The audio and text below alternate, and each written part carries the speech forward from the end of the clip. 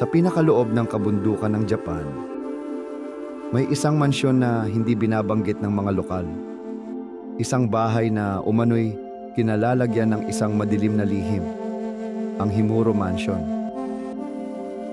Ayon sa alamat, ang Himuro Mansion ay naging saksi sa isa sa pinakamadugong ritual sa kasaysayan ng Japan.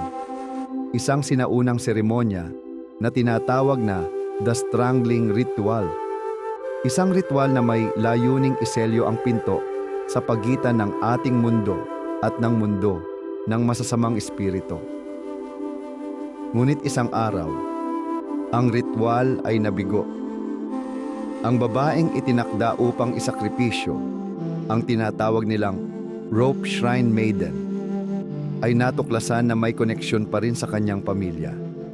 At dahil sa kabiguang ito, isang sumpa ang bumalot sa buong angkan ng Himuro. Mula noon, isa-isang nagpakamatay ang mga miyembro ng pamilya. Ngunit hindi lang basta pagkamatay, sinakal, tinuhog ng espada, o kaya naman ay inalay ang sariling dugo sa mga pader ng mansyon. At ang mga espiritu nila, nanatili pa rin. Maraming paranormal investigators ang nagtangkang pasukin ang lugar. Mga anino sa sulok ng mata, malamig na paghinga sa batok, at mga pinto na kusa raw nagsasara.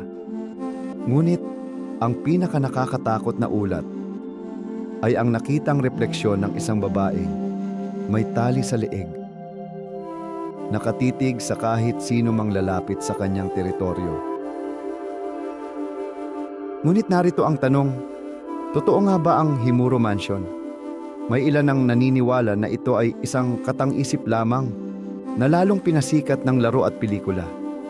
Ngunit may mga nagsasabing, may isang lumang bahay sa liblib na bahagi ng Tokyo na hindi kailanman dapat pasukin ng sinuman.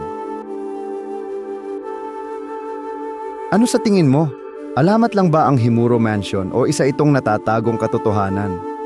Ipaalam sa amin ang iyong opinyon sa comments. At kung gusto mo ng mas marami pang nakakakilabot na istorya, huwag kalimutang mag-subscribe sa Misteryo PH.